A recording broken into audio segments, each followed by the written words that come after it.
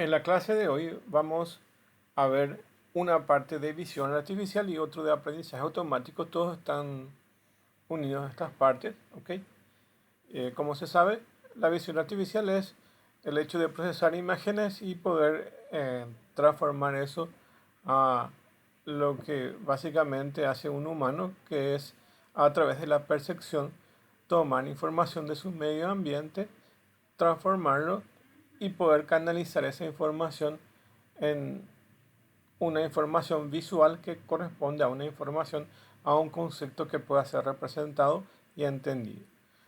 Desde visión artificial se toma esa información, se traduce por diferentes medios, se filtran las imágenes, se procesa y por la salida tenemos la interpretación de esos patrones o imágenes. En el caso de CIFAR, corresponde a un set de datos de entrenamiento para inteligencia artificial. ¿Ok? Entonces, generalmente se procesa con TensorFlow, pero independientemente a eso se puede usar PyTorch y otras librerías de Python y otras herramientas, inclusive MATLAB, para poder representar este set de datos. ¿Ok? Este set de datos tiene la característica de que pueden ver acá, son imágenes en colores y corresponden a 10 tipos de objetos del mundo real. En este caso corresponde a aeroplanos, automóviles, pájaros,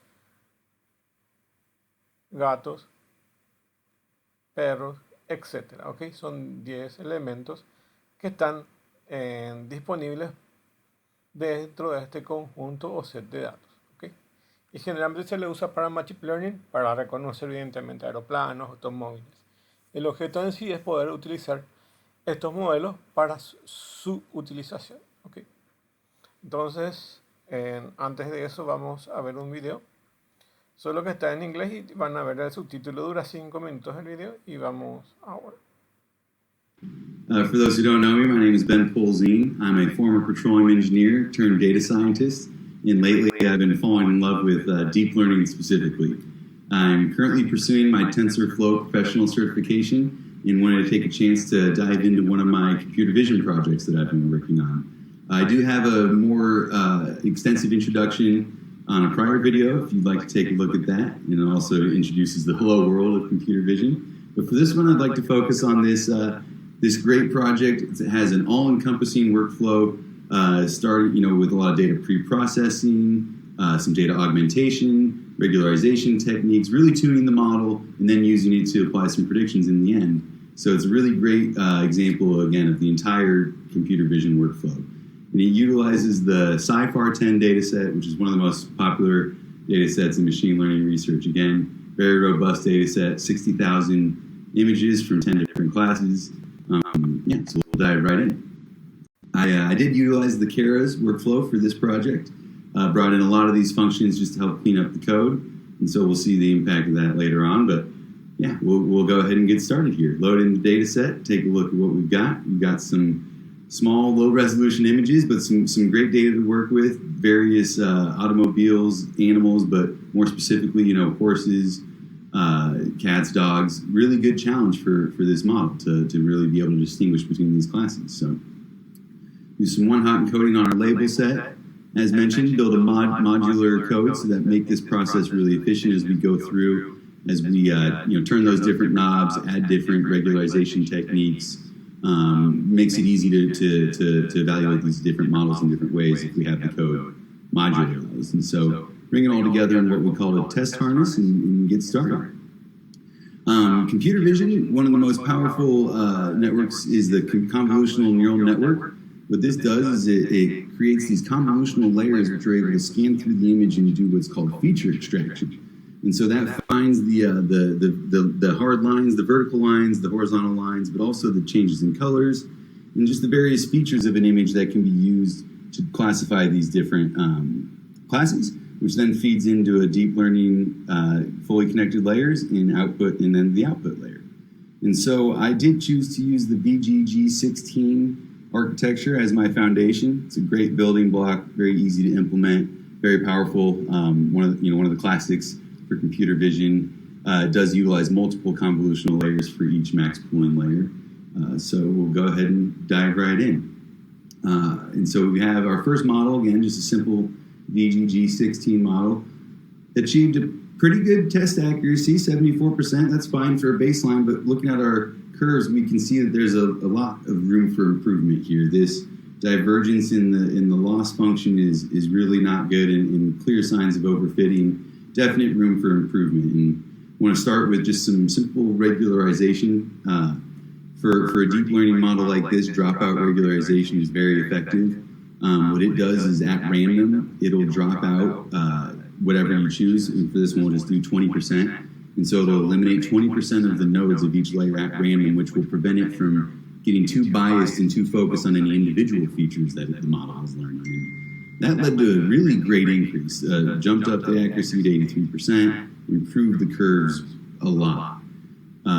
Skip over that, but we had data augmentation, which is a really powerful pre-processing technique in computer vision.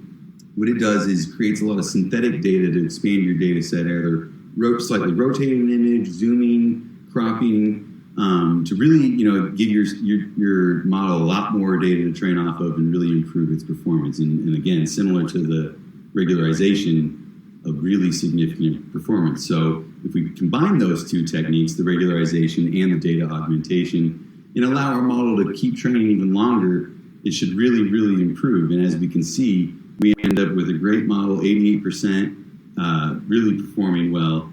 We can use that to build a simple test function to run new examples of different images, bring in test data that it's never seen before, and get our results and see we're able to identify the airplane, able to identify an automobile. So we've got a great model here. We did use the stochastic gradient descent for optimizers, so it's definitely worth taking a look at the Atom optimizer, which is a dynamic optimizer, and it performed even better, almost 90%. So here's our summary. Please check out this code if you'd like, and look forward to Ok, eso es como una pequeña introducción de cosas que se pueden hacer con TensorFlow y en este caso con el conjunto de CIFAR 10 para el aprendizaje automático.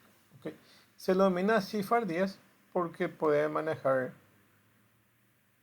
como pueden ver aquí,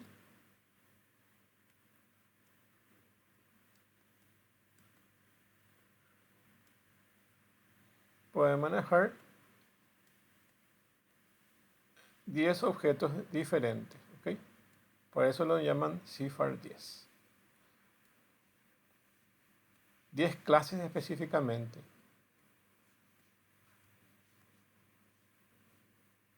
Así se denomina dentro del aprendizaje automático clases. ¿Okay?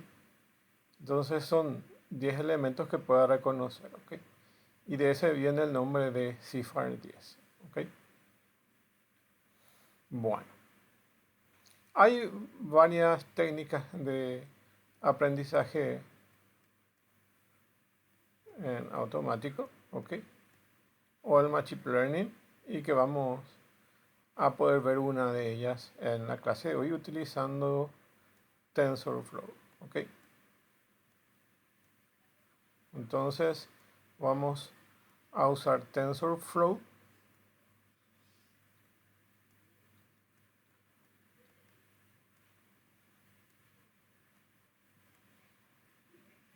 para que podamos descargar de ahí el set de datos de CIFAR 10.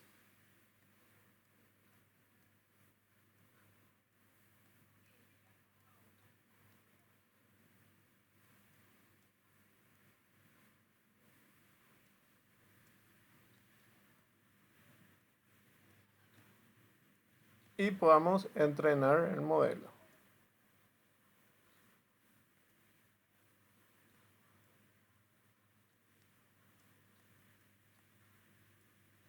Vamos a entrenar el modelo.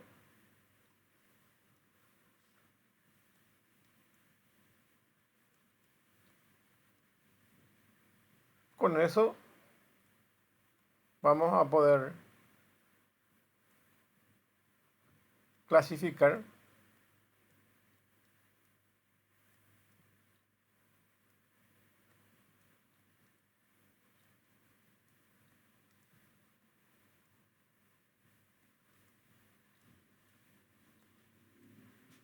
vamos a poder clasificar las imágenes y poder predecir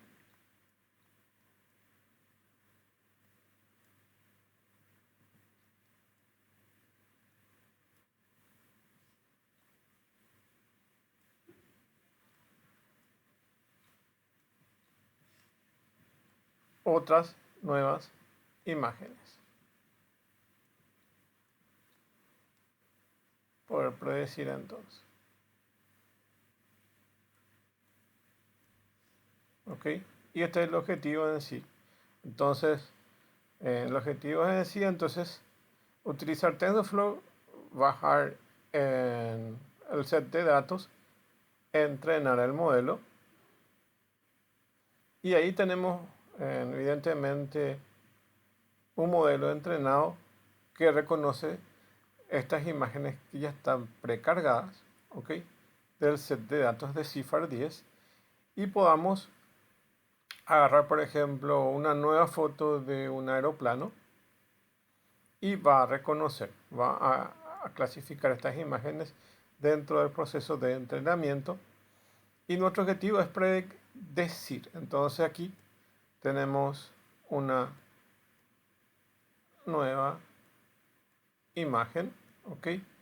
Y vamos a poder reconocer, por ejemplo, un automóvil, ¿ok? Y va a decir que es un automóvil, ¿ok? Ese es el objetivo. Entonces, nuestro algoritmo o nuestro programa, nuestra app, va a ser capaz de poder entonces reconocer y poder predecir eso. Esto se mide en un porcentaje, ¿ok? En un porcentaje de efectividad de ese reconocimiento. Y eso ya se ve dentro del proceso de entrenamiento y a veces también dentro del proceso de la predicción, ¿ok? Entonces, hay un porcentaje que se usa de efectividad dentro del entrenamiento que nos brinda la confiabilidad en sí y otro que se mide dentro del proceso de reconocimiento de esas imágenes, ¿ok? Podemos suponer que son de 0 a 5 estrellas, entonces la calidad con que se entrena, ok. Y eso va a depender de la cantidad de imágenes que se le aplica, de la cantidad de imágenes que se le aplica, de la calidad de las imágenes que se le aplica y de la no duplicidad de esas imágenes. Entonces, que sean datos realmente diferentes, ¿ok? A veces se le aplica diferentes técnicas que se le denomina augment, que básicamente lo que hace es aumentar la cantidad de imágenes que tenemos. Básicamente lo que hace es rotar ciertas imágenes, cambiar de posición de tal forma que sea diferente a unas de otras, ¿ok? Para que el reconocimiento y el entrenamiento sea más óptimo. Lo que se hace dentro del entrenamiento entonces es analizar estas imágenes, ¿ok? Y producir una salida que puede ser guardada en un archivo en TensorFlow para que después podamos levantar ese archivo y reconocer directamente esas imágenes. TensorFlow se usa con Python, ok, pero hay una versión de TensorFlow Lite, que es Lite, TensorFlow Lite, que lo pueden usar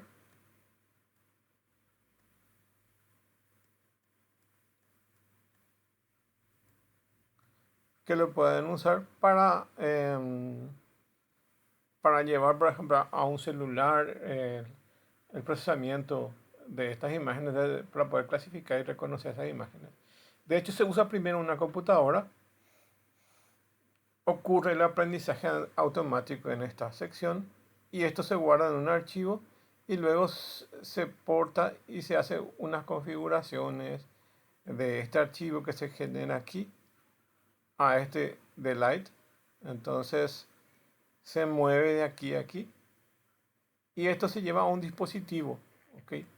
Entonces se lleva a un dispositivo y esto puede parar en un Android, en un iOS, en una tarjeta Raspberry Pi u otras tarjetas, o inclusive Arduino, ¿ok? Y bueno, y de eso se trata un poco los pasos que hay que seguir, ¿ok? Entonces, ahí lo tienen. Bueno, lo que nosotros necesitamos es básicamente un aprendizaje supervisado, es decir, que a las imágenes que tengamos se le coloca unas etiquetas. Entonces aquí, si esto fuera un gato, si esto fuera un gatito, ¿ok? Que tenga una cola ahí, ¿ok? Entonces aquí vamos a poner la etiqueta de gato.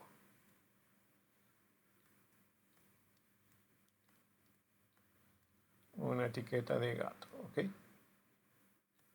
Bueno, y aquí, entonces a cada imagen le vamos a colocar unas etiquetas, ¿ok? Entonces a cada imagen de gato le vas a poner que es un gato. ¿O cómo va a reconocer si no puede distinguir? Entonces evidentemente hay que ponerle unas etiquetas, ¿ok? Hay que ponerle unas etiquetas, ¿ok? ¿O cómo va a reconocer? Solamente colocando la etiqueta, ¿ok? Entonces les leo aquí para poder entender. Dice, el aprendizaje automático o aprendizaje automático supervisado es una técnica en la cual un modelo se entrena a partir de datos etiquetados. Entonces aquí la clave es que son datos etiquetados. ¿Ok? Esto significa que cada entrada se le asigna una salida deseada, lo que permite que el modelo aprenda en relación a ambas. Donde los algoritmos aprenden a realizar una tarea a partir de datos etiquetados. Esta técnica se utiliza comúnmente en tareas de clasificación y regresión, ¿ok? Donde el objetivo es predecir, como ya vimos. Nuestro objetivo al final es predecir si tenemos que clasificar o tenemos que hacer una regresión. Puede ser una regresión lineal, que es básicamente una línea recta, como ven aquí. Una regresión lineal, ¿ok? Y si es clasificar, vamos a clasificar perros, gatos, entonces automóviles, etcétera, placas de vehículos. Entonces vamos a clasificar y el objetivo tanto de si hacemos una regresión lineal o si hacemos una clasificación, o el objetivo general es llegar aquí, es llegar a que podamos predecir. Entonces, ustedes van a entrenar en miles de imágenes de perros, gatos, monos, lo que sea, y esas imágenes se van a procesar en un sistema de aprendizaje automático y va a ser supervisado porque a cada imagen le van a colocar una etiqueta. O sea, a cada imagen de perro, gato, mono, lo que sea, le van a colocar una etiqueta. Y esas etiquetas sirven para el proceso de entrenamiento. Entonces, va a revisar sus características de las imágenes, ¿okay? Va a revisar las características de las imágenes y va a estar asociada que esas características están asociadas a una etiqueta que diga que es un gato. Entonces, cada vez que va encontrando un gato, va a encontrar ciertas características idénticas. Idénticas a otro gato, ¿ok? Idénticas a otro gato. Entonces, va a comparar siempre estas etiquetas con sus características.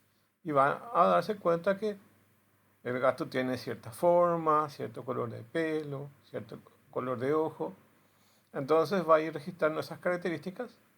Evidentemente no a nivel humano, sino a nivel de análisis de datos, ¿ok?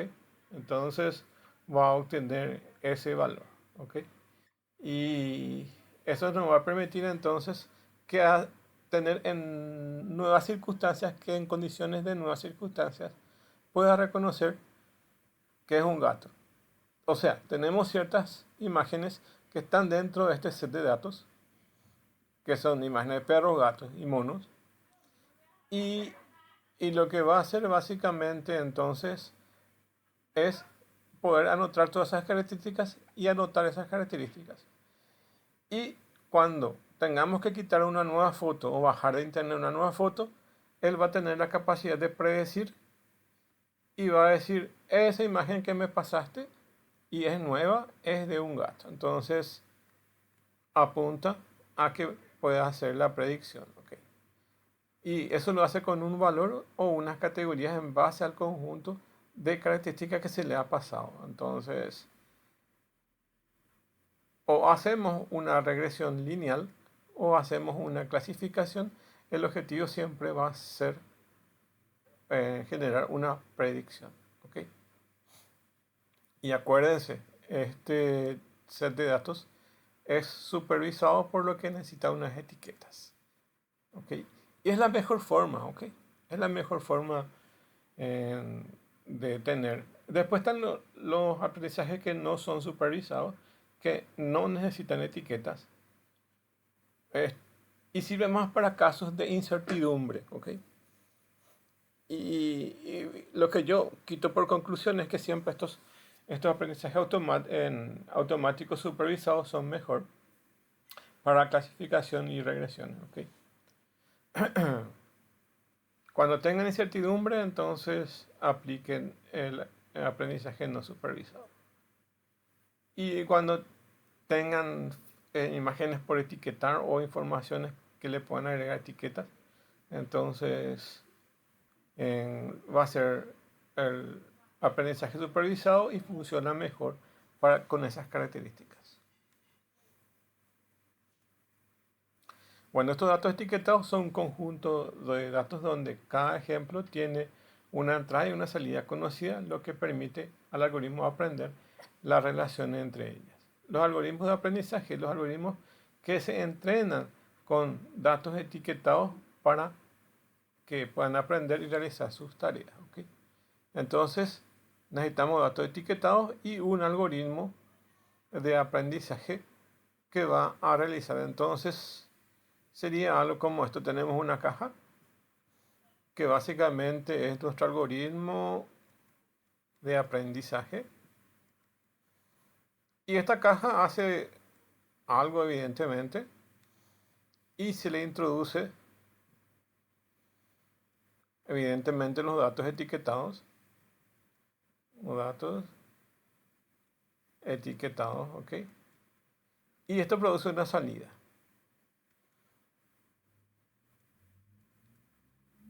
Entonces tenemos un modelo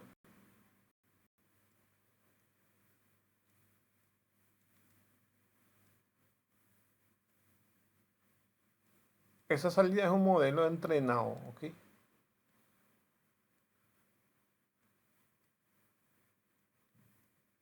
Un modelo entrenado.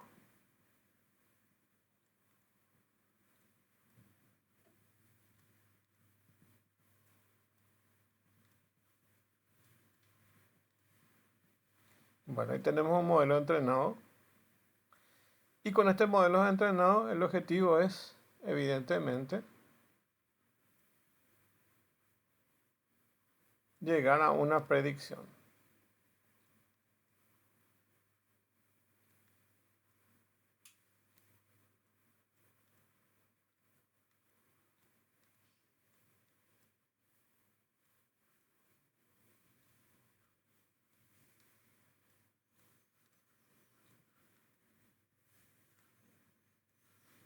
Ok, lo que tenemos que hacer es una predicción. Y esto es lo que tenemos que lograr. Ok.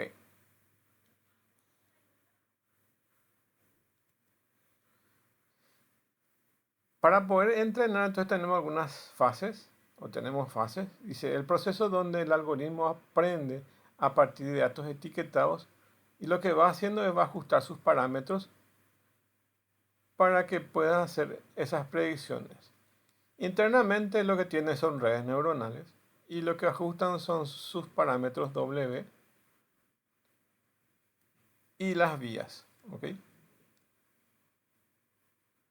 Son dos parámetros que generalmente se guardan. ¿Ok? Por lo menos para una red neuronal clásica. ¿Ok? Son dos parámetros que se ajustan en cada aprendizaje. Ok, entonces básicamente son un conjunto de redes neuronales, un conjunto de nodos interconectados. Ok, entonces estos nodos están interconectados aquí. Entonces aquí tenemos una entrada, aquí tienen una salida. Y esa salida de la red neuronal es nuestro modelo en sí. Ok, ya entrenado. Ok. Y acá se ajustan estos pesos W y las vías. ¿Ok? Y lo que más se ajusta son estos pesos W. Entonces, esa caja que vimos hace rato sería esto, donde ustedes le meten datos de entrada que son etiquetados y produce un modelo. ¿Ok? Y lo que hacemos con este modelo es la predicción. ¿Ok? Bueno, entonces aquí tenemos que ir ajustando estos pesos. Esto se hace internamente, ustedes no se van a preocupar de eso, los algoritmos lo hacen internamente. ¿Ok? Tanto es así que a veces define el valor de las vías y el valor de los pesos. ¿Ok? Y ahí ocurre el entrenamiento de las redes neuronales. ¿Ok? O a veces anotan otras características dependiendo de los algoritmos. ¿Ok? Pero básicamente el objetivo es entrenar y eso se guarda generalmente en un archivo. Se puede no guardar un archivo si es simplemente de aprendizaje, pero si ustedes quieren hacer algo ya profesional, lo van a guardar en un archivo, ese entrenamiento. ¿Por qué? Porque el entrenamiento puede tardar días, horas, meses, o sea, bastante tiempo. Y por cada ejecución no van a perder esas mismas horas de entrenamiento. ¿Ok? Entonces lo ideal es guardar ese modelo y ese modelo es el que luego se va a utilizar para que podamos utilizar ese modelo y aplicarle las predicciones. Y este puede ser directamente en el mismo programa en Python desde tu computadora o podemos trasladarlo a un dispositivo, hasta un dispositivo. Ya saben que dispositivo es cualquier equipo, cualquier computadora, cualquier celular, cualquier cosa que ustedes puedan trasladar ya este modelo entrenado. ¿Ok? En algunos casos es directo, entonces no requiere una transformación y en otros probablemente tengan que transformar. Porque no es lo mismo ejecutar en una supercomputadora, en un servidor o en una notebook que ejecutarlo en un dispositivo de menor recurso. ¿Ok? Entonces ocurren unas transformaciones para que se pueda adaptar a ese dispositivo. ¿Ok? Bueno, entonces para que podamos eh, tener la fase de entrenamiento, entonces se aprende a partir de datos etiquetados y se van ajustando esos parámetros que les mostré para hacer las predicciones. ¿Ok? Entonces, ese es el objetivo. ¿Ok? Llegar a hacer estas predicciones. Y acá pueden leer el proceso donde el algoritmo aprende a partir de datos etiquetados, ajustando sus parámetros para que pueda hacer las predicciones precisas. Ahí tenemos algunas fases y el proceso donde se evalúa el rendimiento del algoritmo utilizando datos que no fueron entrenados previamente. Este ejemplo de aprendizaje supervisado, que son, por ejemplo, reconocimiento de imágenes, detección de spam, diagnóstico médico.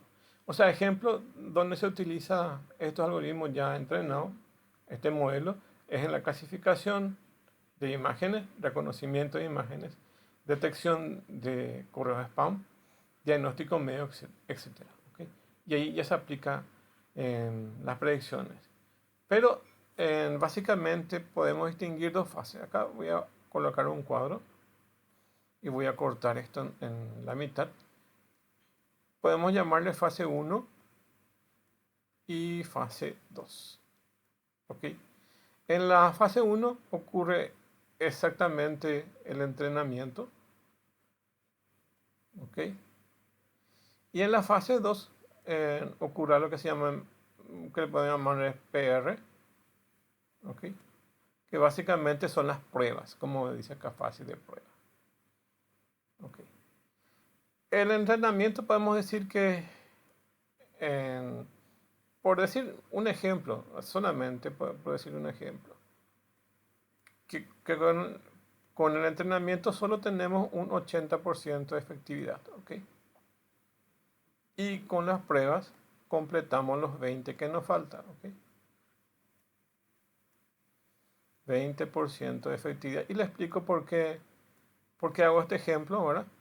Esto no lo van a encontrar en ningún material, básicamente es un ejemplo que estoy dando para poder llegar a entender el concepto en sí, ¿ok? El entrenamiento puramente dicho sería esto que está aquí. Está compuesto de esta fase 1 y esta fase 2, ¿ok? Y bueno, hay un proceso que es por regla general, que es el entrenamiento propiamente dicho, pero se recomienda hacer el entrenamiento con dos conjuntos o set de datos diferentes. A veces lo que se hace es, en el caso de CIFAR y otros, es partir, tienen el conjunto de datos que es este vector, por ejemplo. Este sería nuestro CIFAR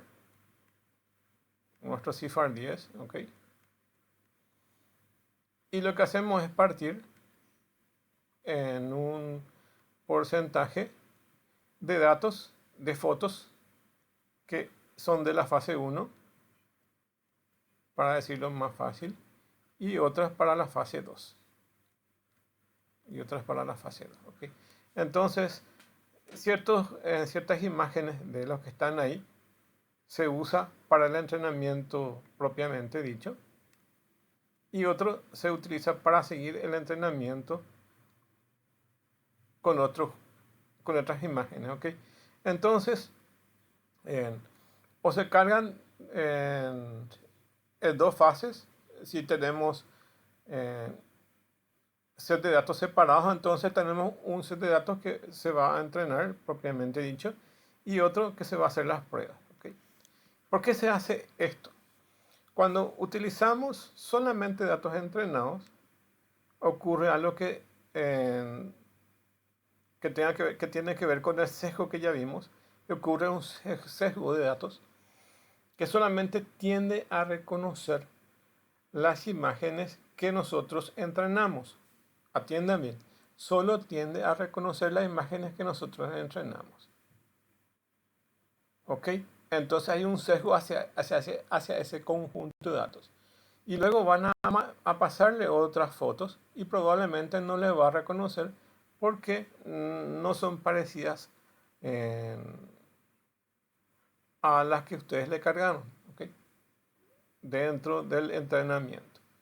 O sea, que puede ser que reconozcan las otras fotos, sí. Pero tiene una mayor tendencia a solamente reconocer esas fotos que ustedes les entrenaron, ¿ok? Ese es el principal problema. Por eso podemos pensar que tiene 80% de efectividad. Y lo que se hace es volver a entrenar otro porcentaje de imágenes que son distintas.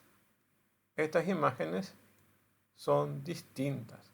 Entonces, las imágenes que se usan en el proceso 1 o en la fase 1 son distintas de la fase 2.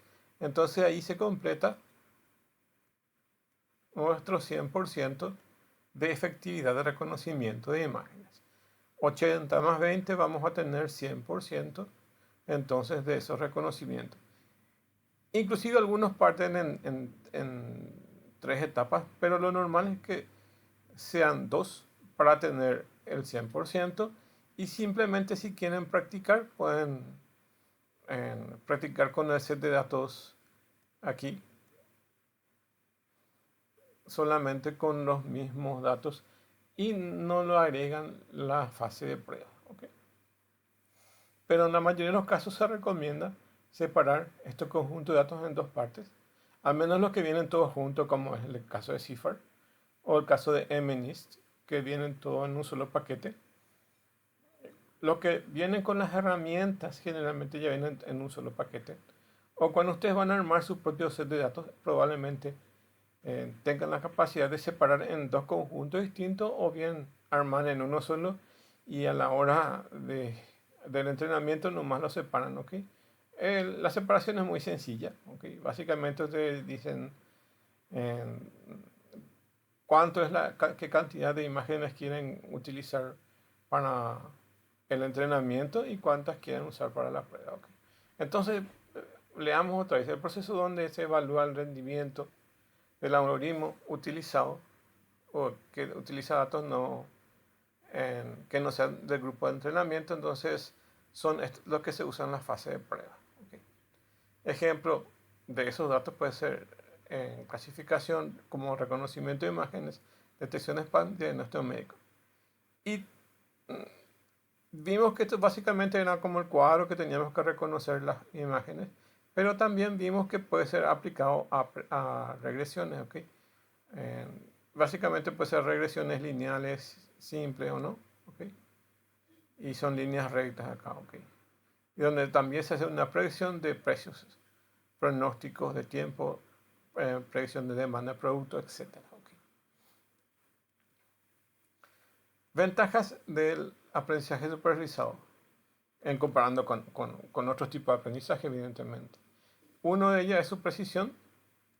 Entonces, los algoritmos entrenados con datos etiquetados pueden lograr una alta precisión en las predicciones. Entonces, yo recomiendo utilizar por su precisión.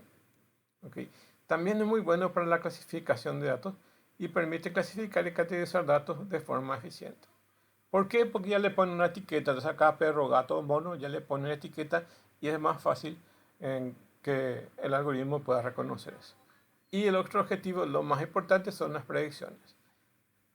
Porque ¿para qué vamos a entrenar si no vamos a hacer nada con ese conjunto de datos? La idea es que podamos realizar unas predicciones. Entonces va a ayudar a predecir resultados de forma futura, permitiendo tomar decisiones más informadas. ¿Ok? Entonces el objetivo general es lograr esta predicción.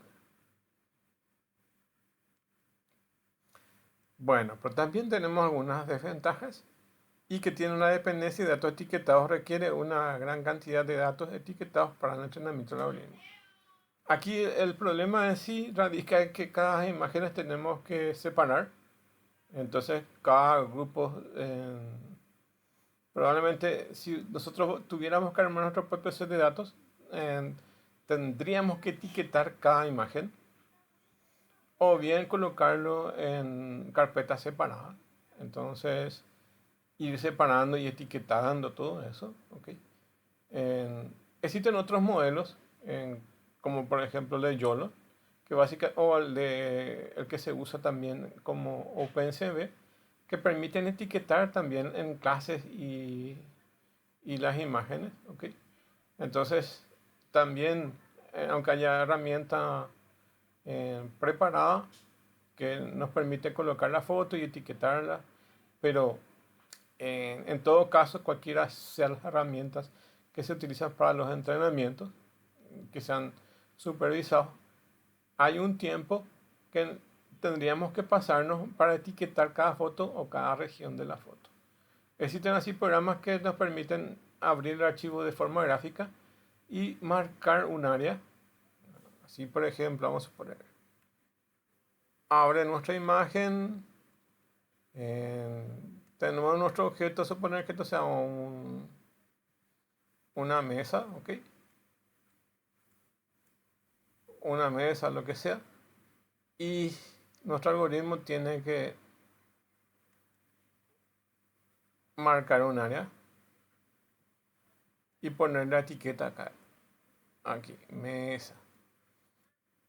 ¿Ok? Entonces, imagínense, acá pueden tener varias mesas y marcando y etiquetando, ¿ok? O puede tener una sola, ¿ok? Pero hay un proceso de generación de etiquetado que sí o sí hay que hacer, ¿ok? Y si tuviéramos que tener una herramienta, si no tuviéramos que tener una herramienta igual, tendríamos que etiquetar aquí a cada imagen, ¿ok? Entonces, esto se guarda en un archivo texto y luego se procesa eso, ¿ok? En un archivo texto donde están las etiquetas y donde están las imágenes. Entonces, después el algoritmo va a tomar esos archivos y los va a clasificar, ¿ok? Bueno, o sea, va a llevar con la etiqueta para el entrenamiento. Entonces tenemos una dependencia de datos que requiere gran cantidad de datos etiquetados para ese entrenamiento. Y lleva su tiempo esto, ¿ok? Después tiene corte etiquetado. El etiquetado de datos puede ser costoso y requiere tiempo y recursos humanos, ¿ok? A veces si es para algo académico, igual el alumno va a tener que tomarse su tiempo. Y si es a nivel empresarial, va a requerir tiempo y recursos humanos, ¿ok? Y esto se traduce en dinero otra vez, ¿ok? Si es empresarial, en tiempo y en dinero, ¿ok? Y también se requiere generalización. Los modelos pueden no generalizar bien a datos nuevos si no son representativos de los datos de entrenamiento. Bueno, si no etiquetamos bien las fotos o si la calidad de las fotos es mala o si tenemos cierto sesgo hacia muchas fotos de ciertas características, por ejemplo, de algunos animales y de otros no, ¿ok? O de algún objeto y de otros no, entonces vamos a tener problemas con el modelo. O bien, si nos vamos al paso anterior, que básicamente se entrena en la fase 1 y se tiene que entrenar en la fase 2, pero solamente hacemos la fase 1. Entonces, estos datos no van a ser representativos porque solamente van a tratar de reconocer esas imágenes que ya le proporcionamos, ¿okay? O bien, una imagen de algún animal que no fue etiquetado. Por ejemplo, ustedes etiquetaron perros, gatos y monos y se olvidaron de etiquetar otros animales y ahora le ponen las imágenes de otros animales. ¿Qué va a pasar? No va a poder reconocer. No son representativos para ese conjunto de datos que ustedes proporcionaron para su entrenamiento, ¿okay? Entonces, son esos problemas que se pueden dar. Bueno, ahora entramos directamente a lo que es CIFAR y es un conjunto o set de datos, como dice acá. El conjunto de datos que se denomina CIFAR 10 fue creado por Canadian Institute for Advanced Research, y ahí viene el nombre CIFAR, ¿okay? En colaboración con la Universidad de Toronto, y fue derivado del dataset más grande llamado Tiny. Fue derivado de un dataset más grande llamado Tiny Images. Y su objetivo fue proporcionar un benchmark accesible para tareas de clasificación de imagen. Entonces, había otro conjunto de datos mayor que se denominaba Tiny Images. Y entonces el Instituto de Canadian el Instituto de Advanced Research de Canadian Institute entonces utilizó este modelo básicamente para producir lo que se denomina CIFAR. CIFAR es el nombre de Canadian Institute for Advanced Research, ¿ok? Y en colaboración con la Universidad de Toronto, entonces crearon sus propios modelos de dataset y lo denominaron 10 porque son 10 clases o 10 objetos que pueda reconocer. Hay otro que se denomina CIFAR 100, ¿okay? Que lo van a encontrar en internet. De hecho, les invito a que busquen eso, se llama CIFAR 10. Y como pueden predecir o como pueden adivinar, en vez de 10 clases que va a reconocer, o 10 clases o objetos, va a reconocer 100 clases. 100 clases, ¿ok?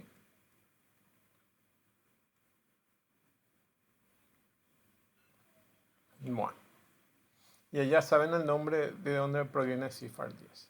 ¿Okay? ¿Por qué se llama CIFAR 10 y que reciben su nombre gracias al instituto que ya vimos, ¿verdad? Que desarrolló?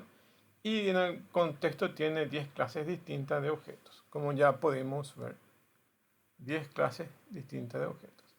Estas clases son mutuamente excluyentes y representan un objeto comunes del mundo real. Son imágenes del mundo real y son excluyentes en el sentido de que eh, ninguna de las imágenes que representan los conjuntos son iguales. Entonces son todos distintos. Entonces acá este puede ser un perro, un gato, un avión y así sucesivamente. Ninguna de ellas son iguales. ¿Okay? Por eso son mutuamente excluyentes. Y son 10 imágenes del mundo real. ¿Okay? La finalidad de este conjunto de datos dice que CIFAR 10 fue diseñado para facilitar la investigación y el desarrollo de modelos de clasificación de imágenes en entornos controlados y de baja resolución. Como van a ver en el ejemplo, son imágenes de baja resolución y básicamente son modelos de clasificación de imágenes preparadas y controladas en el sentido de que fueron verificadas y son desarrolladas en un entorno ya preparado para que pueda ser utilizado de esa forma, ¿ok? Entonces lo tienen ahí para poder ver eso, ¿ok? Y básicamente son imágenes en RGB, ¿ok? Para poder utilizar eso, ¿ok? Y acá vamos a ver un poco la estructura que tienen estas imágenes, ¿ok? Entonces, ¿cómo está? ¿Cómo son las características de este dataset? ¿Ok? Entonces, eso es lo que vamos a ver ahora, ¿ok? Entonces, tiene 60.000 imágenes, ¿ok? De 32 por 32 píxeles cada una en color, ¿ok? Bueno, entonces tienen 60.000 imágenes en total y son de cada imagen tiene píxeles 32 por 32. Entonces van a ver aquí que son como unos vectores que básicamente son estos rectángulos que están aquí y básicamente tienen 60.000 imágenes, ¿ok? Entonces acá empieza la primera imagen y llega hasta las 60.000 y internamente tiene 32 por 32 píxeles, ¿ok? ¿Ok? Entonces eso sería evidentemente, está como de forma vectorial esto, pero para que puedan tener idea que tiene 32 por 32 píxeles, entonces es eso. Y tiene 10 clases.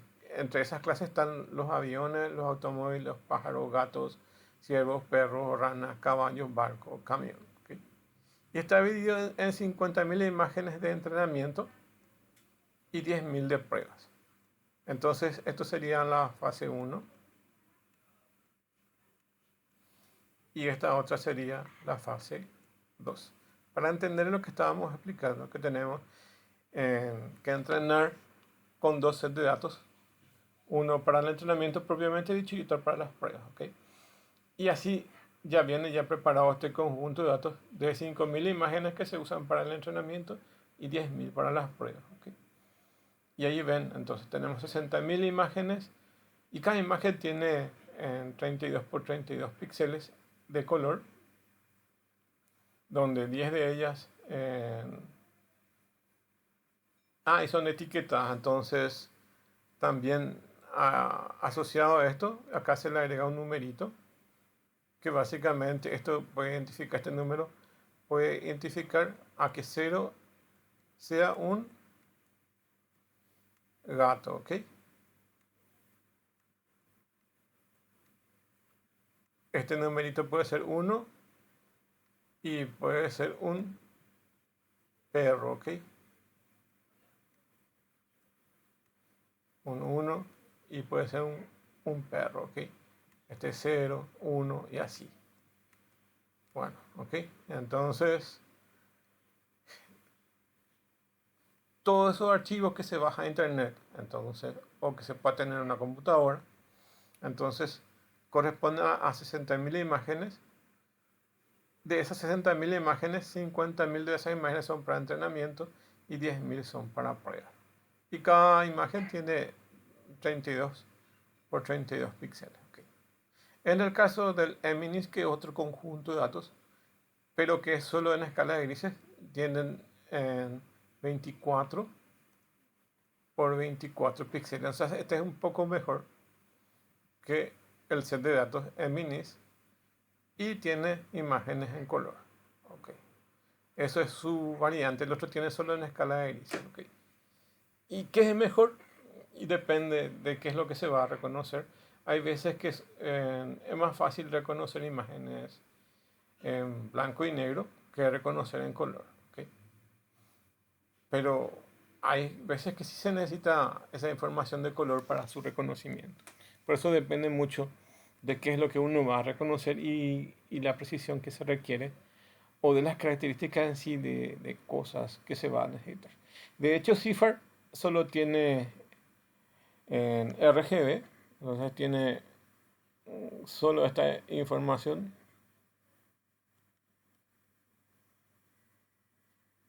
que es red, green y blue, que son los colores primarios. Entonces aquí tienen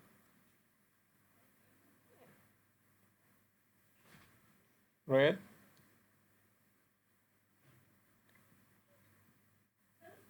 green y blue. Ustedes saben que con los colores primarios se logran los otros colores, ¿ok? Y solamente tienen esta información. Y de ahí ustedes saben que la cantidad de colores es muy limitada, ¿ok? Entonces va a depender mucho de la resolución en sí y de la cantidad de características que tienen para colocar en esto. De hecho, CIFAR tiene el problema exactamente que no es muy bueno con la calidad de las imágenes, ¿okay? Porque es simplemente un espacio 32 por 32 píxeles, pero ya incluye las características de colores que no tiene algunos que son simplemente monocromáticos o en escala de grises. Entonces es muy bueno esto, pero hay que saber utilizarlo. ¿Okay? Entonces CIFAR 10 representa de forma interna esas imágenes, entonces es una matriz de 32 por 32 donde representa los canales del RGB como ya les mostré. Entonces los valores de píxeles van desde 0 a 55. Entonces tienen uno para R, uno para el canal R, otro para el canal G y otro para el canal B. Entonces cada uno de estos tiene de 256 bytes porque va de 0 a 255, entonces tienen 256 bytes cada información de color. ¿Ok? Entonces el de color rojito tiene 256, el de color verde tiene 256 y el de color azul tiene 256. Entonces no solo que cada espacio sea de 32 por 32 bits, no solo que la imagen sea un espacio de 32 por 32 bits, ¿ok? Este es el espacio donde acá están todos los píxeles, ¿ok? Acá están todos los puntos y son un espacio 32 por 32, ¿ok? Y cada uno de estos representa a una información de estos tres colores. Entonces tienen ahí esa información, ¿ok? Y es esa la información que se maneja en sí para poder tener eso, ¿ok? Entonces es eso. En fin, son tres imágenes de color que están divididos en grupos de 256 bytes cada uno y tiene una extensión de 32 por 32. Evidentemente no está como forma matricial, sino que está como forma vectorial. ¿Ok? Entonces sería, voy a poner una calculadorita.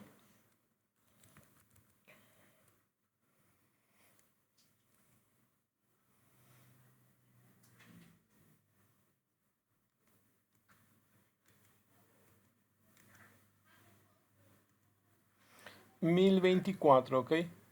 Entonces está en forma vectorial.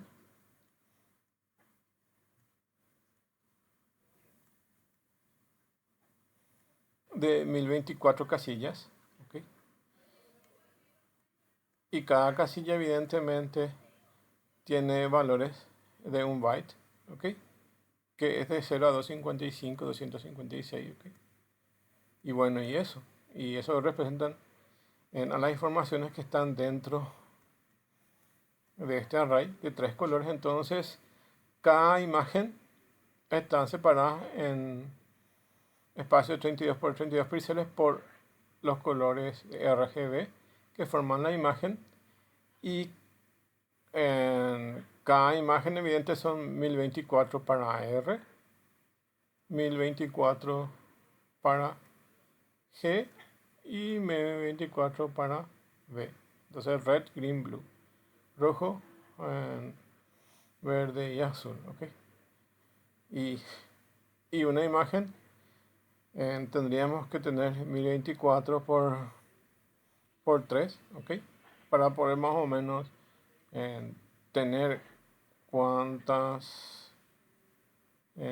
es lo que ocuparía eso, ¿ok? Entonces, ahí tener esa información, ¿ok? Bueno, y de eso es lo que tiene este CIFAR 10. Entonces, o cualquier modelo CIFAR, ¿ok? Independientemente a la cantidad de clases o imágenes que tenga, ¿ok? Tiene este formato.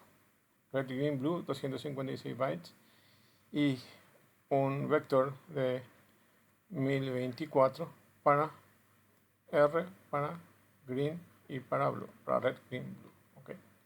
Entonces aquí hay otro 1024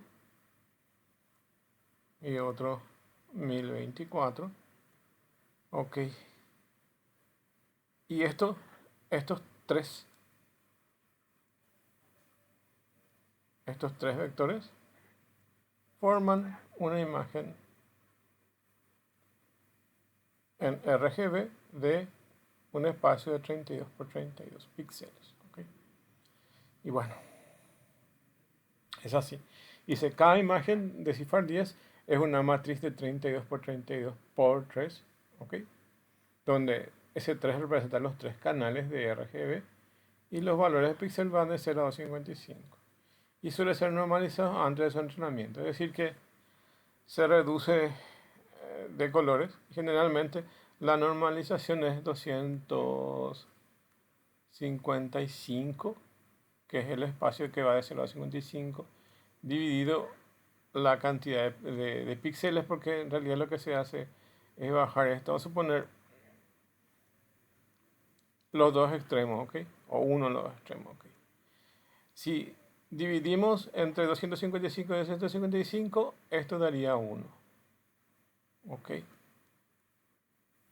Y si dividimos entre 0 y 255, esto daría 0, ¿ok? La normalización generalmente es reducir de complejidad o de tamaño. En este caso es de bytes convertirlo a bits y así trabajarlo de forma más eficiente. Porque al final esto tiene que pasar a una red neuronal y lo que se hace es básicamente, como dice acá, normalizar. La normalización es esto que vemos aquí, es reducir la cantidad de información que va a procesar nuestra red neuronal para producir el aprendizaje. ¿Okay? Y eso es lo que hace. ¿Okay? Divide entre 255. Si es un valor menor a 255 va a dar 0 y un valor de 255 que es el color blanco va a dar 1. Entonces es una información de negro y blanco. ¿Ok? Entonces son simplemente puntos o no puntos. Entonces cada imagen va a tener un punto cuando es en negro, supóngase que fuera así, y blanco cuando es ausente de ese color. Entonces tienen de esta forma. Bueno, entonces cada imagen cifra es una matriz de 32 por 32 por 3 donde S3 representa cada los tres canales de RGB, Red, Green, Blue. Los valores de los píxeles van de 0 a 55 y suele ser normalizado antes de su entrenamiento. Bueno, algunas aplicaciones que se lo hace o algunos entrenamientos que se lo hace. Se lo puede entrenar con redes neuronales convolucionales, ya que básicamente esas redes convolucionales lo que hace exactamente eso que nosotros necesitamos, ¿ok? Tenemos la información en color y nos dividen en forma vectorial eso.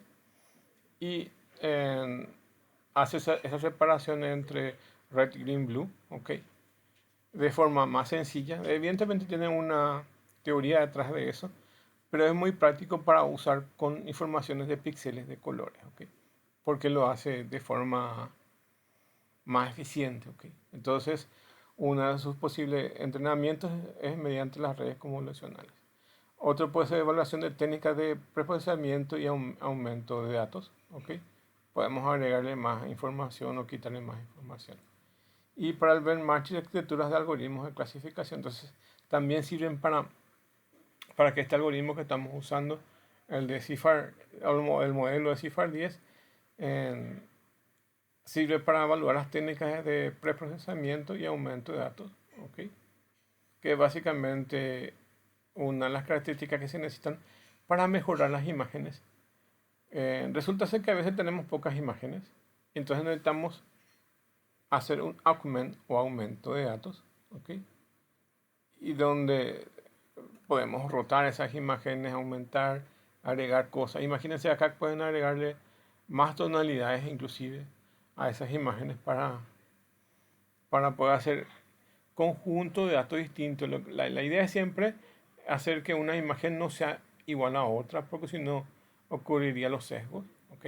Y no se va a entrenar bien. Entonces, es para el aumento de datos. Y el benchmarking entre arquitecturas y algoritmos de clasificación. Entonces, tenemos un algoritmo de clasificación, otro, y lo comparamos con otros modelos de arquitecturas, cuál es mejor o que nos sirva de referencia, ¿ok? Entonces, sirven para eso. Bueno. Tiene una escalabilidad tiene, ¿ok?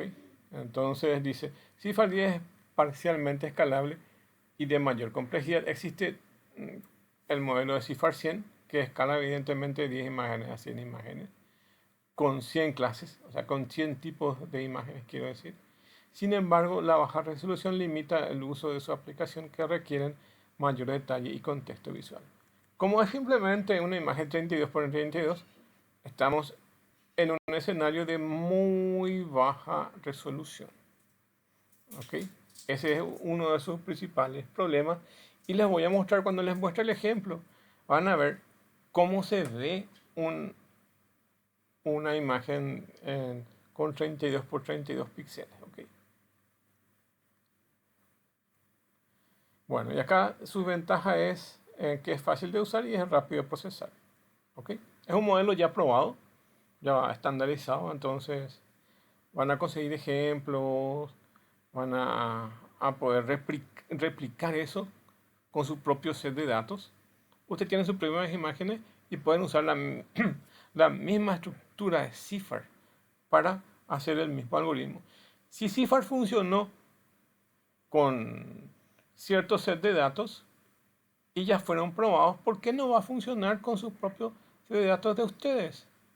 Fíjense en ese detalle. Si ya funcionó para otros, con los datos que ya fueron precargados, ¿por qué no va a funcionar con el que nosotros le proporcionamos? Debería funcionar. ¿Ok? Bajo esa premisa, entonces, podemos utilizar CIFAR. Lo que sí deberemos hacer es hacer un formato personalizado que en vez de 32 bits podamos, por ejemplo, por decirlo, escalar a 128 por 128, por decirlo así. Entonces, ir mejorando un poco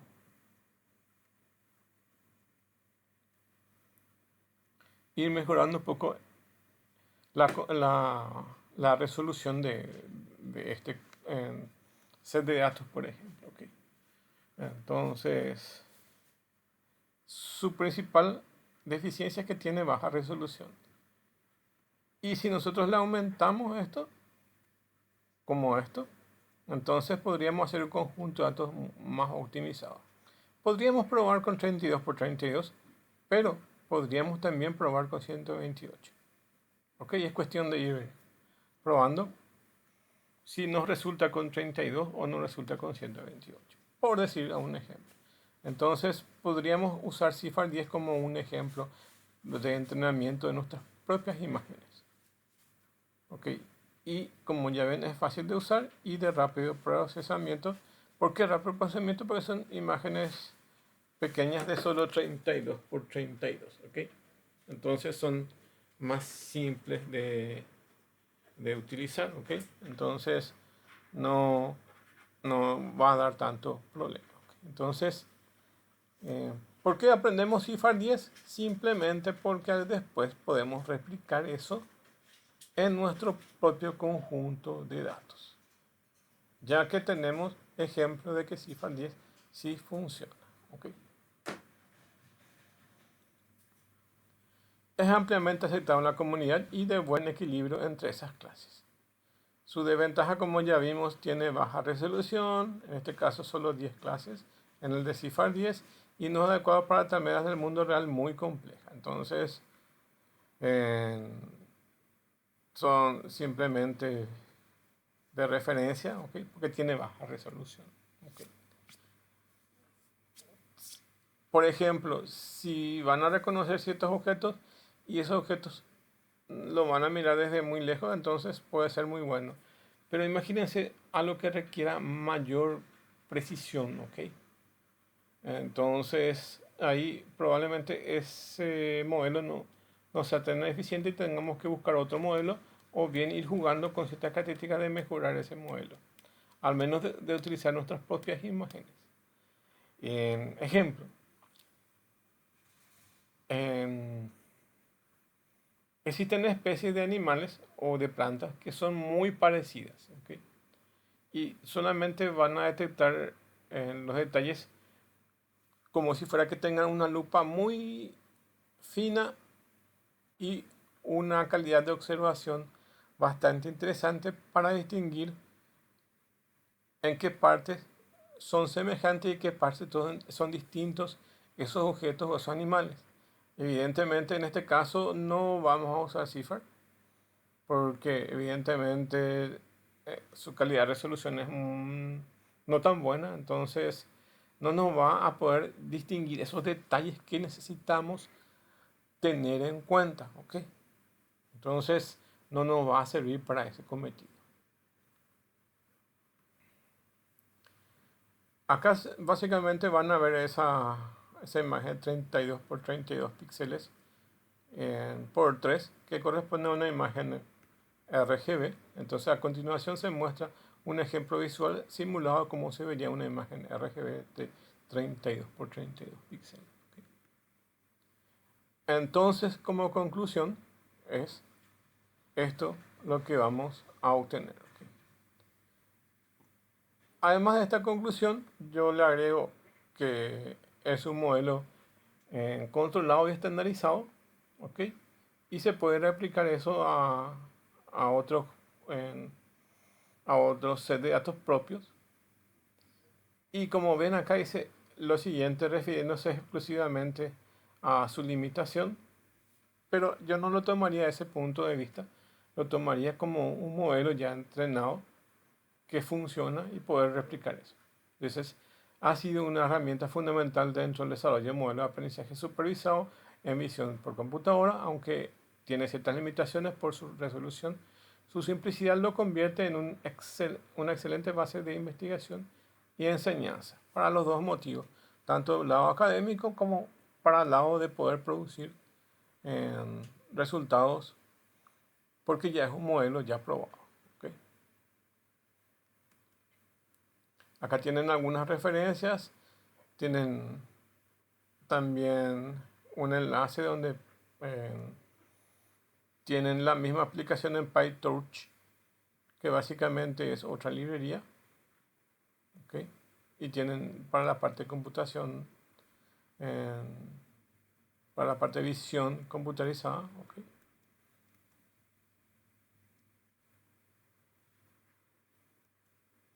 Y lo que nosotros vamos a ver básicamente es en TensorFlow. ¿Ok? Entonces, Cifar 10 tiene, como ya vimos, 60.000 imágenes, donde están divididas en 10 clases. De esas 60.000 imágenes tienen 5.000 para entrenamiento y 1.000 para las pruebas. ¿Ok? De esas 6.000, quiero decir, de esas 6.000 imágenes tienen 5.000 pruebas y 1.000 para entrenamiento, y están coloreadas en un píxeles de RGB 32 por 32 píxeles. ¿Ok? Y acá tenemos el ejemplo en Google Colab, que básicamente es un cuaderno donde podemos básicamente trabajar en Python de forma en la nube y colaborativa, o que pues lo llaman Google Colab. Okay. Bueno, y me voy hasta ahí. Este es básicamente un ejemplo de cómo se puede tratar esto con la herramienta em, de MATLAB. ¿Ok? Pero como ya tenemos aquí en Python, entonces esto solamente dejo ya aquí de ejemplo. ¿Ok? Y aquí básicamente vamos a bajar esa imagen de internet, vamos a crear un directorio temporal si existe ese directorio o no, vamos a crear un directorio si no existe, vamos a descomprimir este archivo que está comprimido, se va a descomprimir eso y vamos eh, a descargar eso si no existe también, y así. Entonces este archivo que se baja a internet está comprimido, al menos las versiones que son descargables de esta forma desde una web. ¿Ok?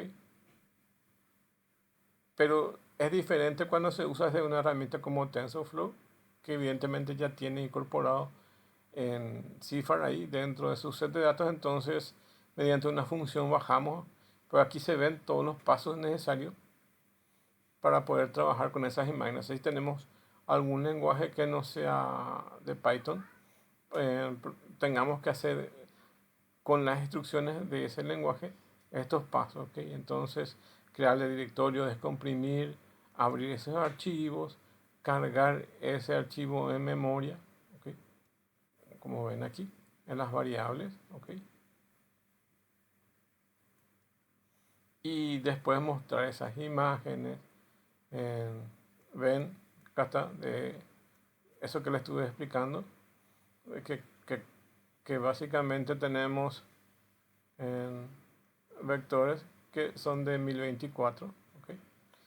Y básicamente estos vienen en varios archivos.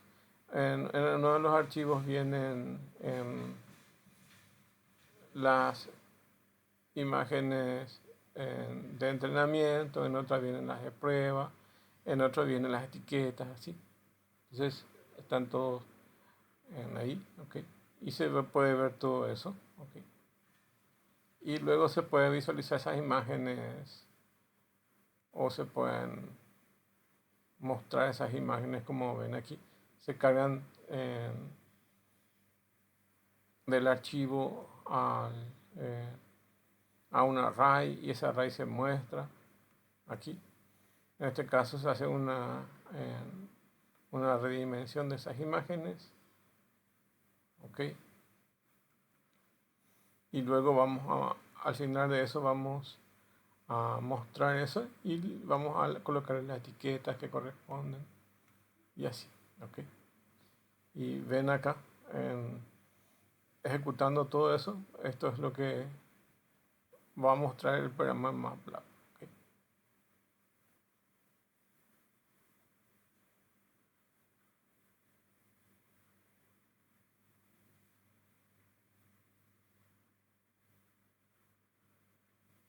Bueno, y ahí muestra todos los conjuntos de datos que tiene: aeroplanos, automóviles, pájaros, perros, gatos, etc. Y esta es la estructura de sí de ese archivo. Cuando bajamos un archivo, directamente en nuestra computadora lo van a ver de esta forma. Entonces, un archivo cifr, en este caso que es utilizado para MATLAB, y se baja este archivo data batch 1.mat que contiene estas variables. ¿Ok? Existe este cifr 10 exclusivamente ¿cómo es? De forma general genérica, y existe, por ejemplo, cifr que son para Python o para MATLAB, que aceptan sus tipos de datos de forma predeterminada. ¿Ok? En este caso hay un modelo ya cargado de esto para exclusivamente para lo de MATLAB, y ya vienen con estas descripciones de campos que se adaptan al tipo de datos de las variables de MATLAB. ¿Ok? Porque si no, habría que hacer un trabajo extra para acomodar en ese tipo de datos si utilizamos el modelo original. ¿Ok? Bueno, pero ya existe una versión de cifr 10 para MATLAB, que es una herramienta potente, ¿ok? Pero corresponde más a un ámbito mucho más técnico, que, que, que creo que el semestre pasado, no sé si es que llegué a probar el ejemplo en sí para esto, pero acá en la descripción está completo. ¿Ok? Es más raro hoy en día trabajar con MATLAB para esto. Es más fácil desde el mundo de...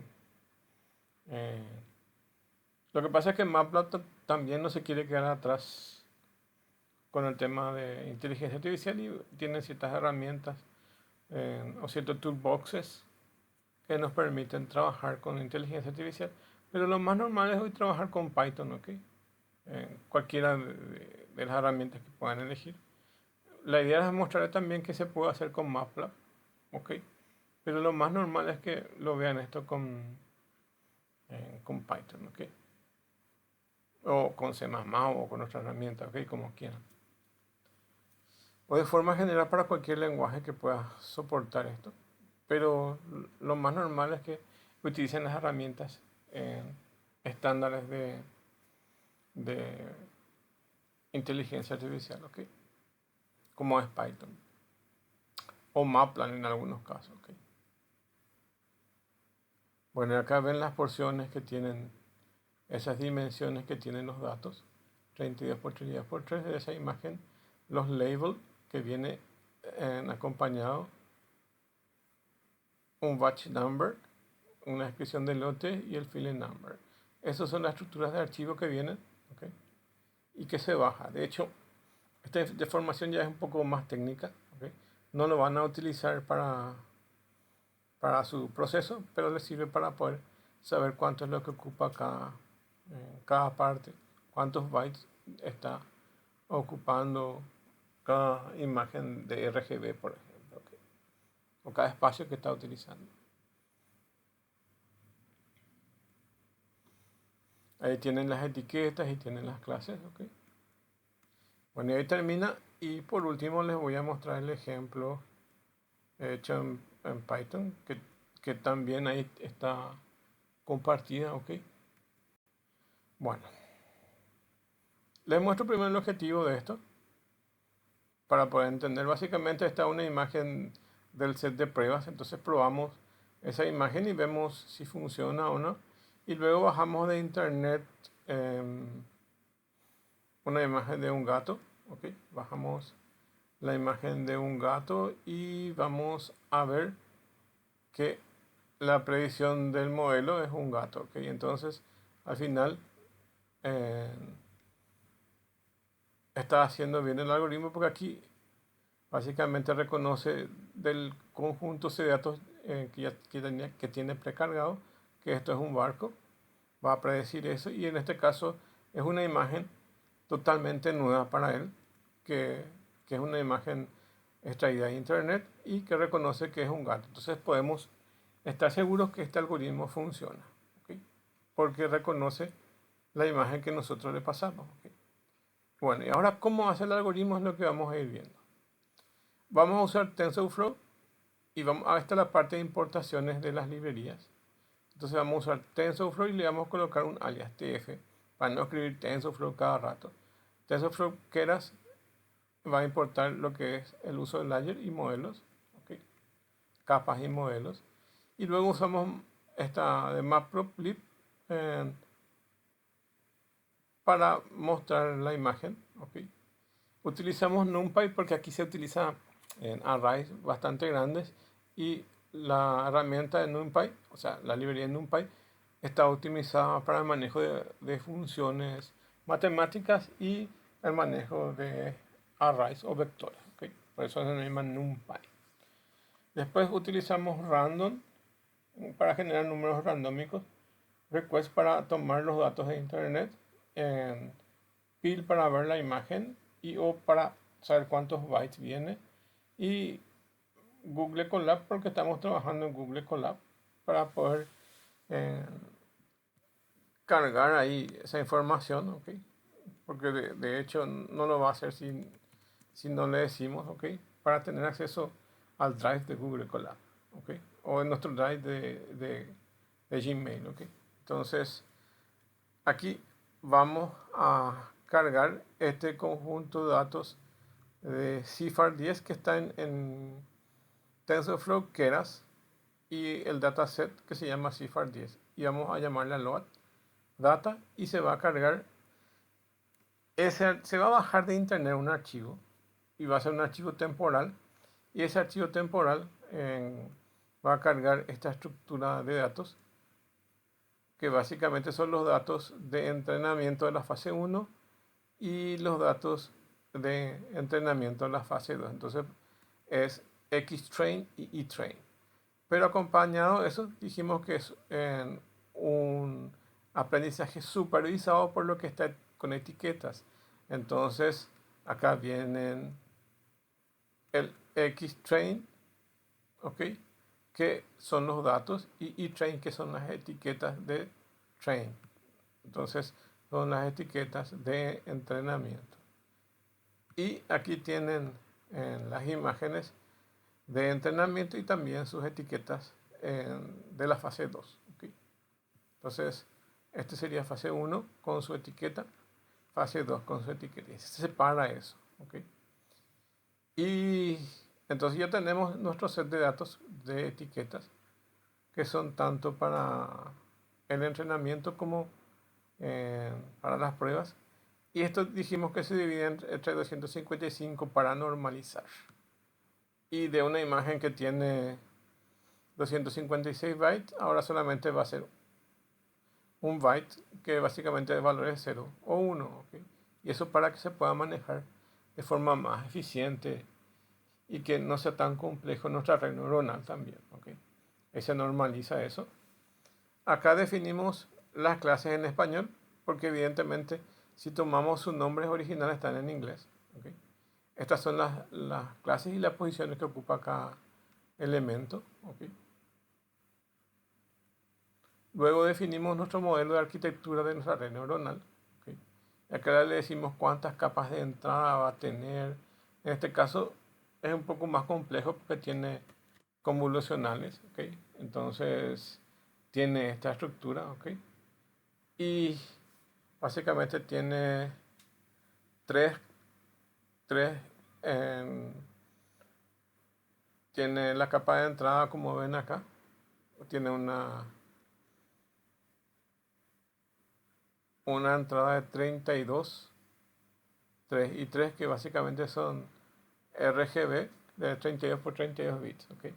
Entonces es eso. ¿Ok? Y ese es el formato de entrada.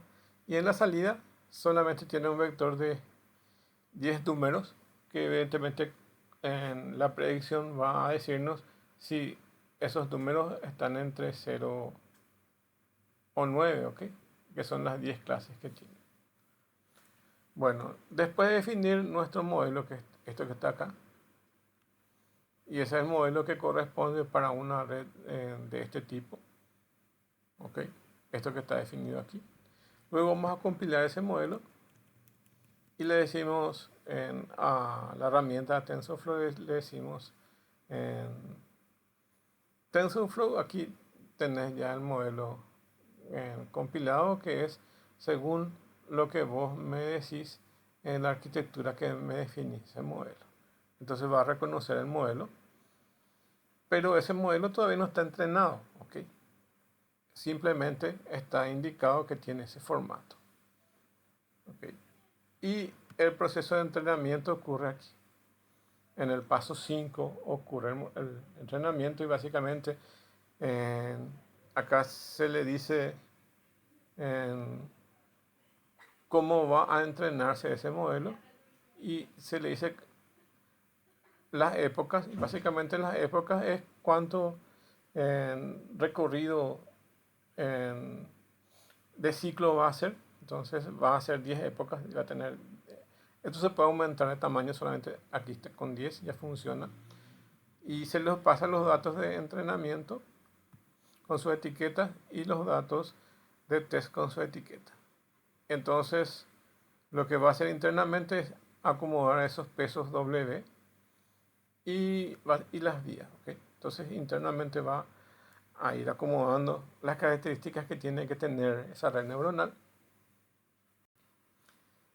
Y aquí, evidentemente, vamos a guardar ese modelo. ¿Por qué? Porque va a tardar mucho tiempo en entrenar y sería una pérdida de tiempo y de recursos para cada vez que vamos a ejecutar eh, tener que generar este entrenamiento, porque este entrenamiento es el que mayor consume recursos, porque puede tardar mucho tiempo en tratar de analizar cada imagen, ¿ok? Entonces, lo que se hace después es guardar los pesos y modelos aquí, guardamos en disco.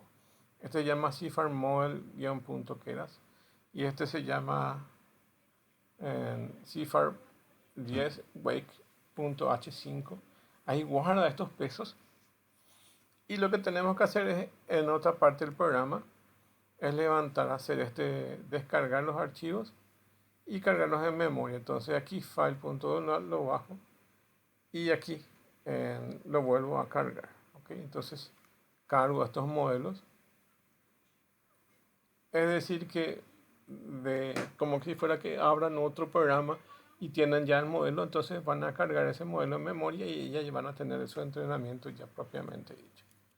Y aquí vamos a revisar la predicción entonces y vamos a ir viendo esas imágenes. Primero se tomó al azar uno de los ejemplos que ya está precargado ahí y va a mostrar la predicción. Y el otro básicamente vamos a bajar de internet y en este caso si seguimos este enlace va a cargar la foto de un gato y va a cargar en imagen, ¿ok? Y básicamente ahí va a cargar esa imagen y va a realizar la predicción. Y va a mostrar esa predicción. Y acá ven todo el proceso en sí y va a reconocer esta imagen de gato que ven aquí, que es uno de los conjuntos de una imagen de un barco, como ven ahí. ¿Okay? Después del entrenamiento y su predicción. Y este es el que bajé de internet. Dice como es imagen cargada de internet. Y su predicción del modelo que es un gato. ¿Okay? Bueno, ahí termina todo esto. ¿Okay? Y tienen ahí en el PowerPoint, tienen el enlace a esto. A este que está aquí. Pueden ingresar a eso y van a ir mirando, probando, lo que sea. Está todo acá cargado esto. Bueno, muchas gracias entonces. Y ahora terminamos con esto, las explicaciones. El objetivo de esta clase es evidentemente entender un set de datos y ven todos estos procesos que ven aquí. Es válido para cualquier modelo eh, que sea compatible con CIFAR 10. Entonces, eh, en este caso, probablemente esta parte de cargar los pesos, lo que va a ser distinto probablemente, ¿ok? Porque evidentemente es nuestro set de datos propio y no vamos a cargar de internet, sino vamos a ir procesando por nuestra cuenta esto que ven aquí. Eso es lo que va a cambiar y todo el proceso de la arquitectura de red neuronal puede usarse la misma, ¿ok? Y hacer el proceso. Evidentemente nosotros somos más libres en el sentido de que si no vamos a usar CIFAR y queremos hacer una modificación al modelo de CIFAR, en vez de que sean 32 por 32, podemos aumentar a 64, 128, por ejemplo, en el tipo de red neuronal. Entonces, esta, la resolución aquí ya va a ser diferente. ¿Okay? Acá puede ser 128 por 128 de las imágenes que vengan esos tres colores RGB. ¿Okay? Bueno, y es eso. ¿Okay? En síntesis, es un buen modelo para poder entrenar. ¿Okay? Como les dije, hay casos que no lo van a hacer y van a tener que buscar otro método, pero es un buen método para poder empezar a entrenar imágenes.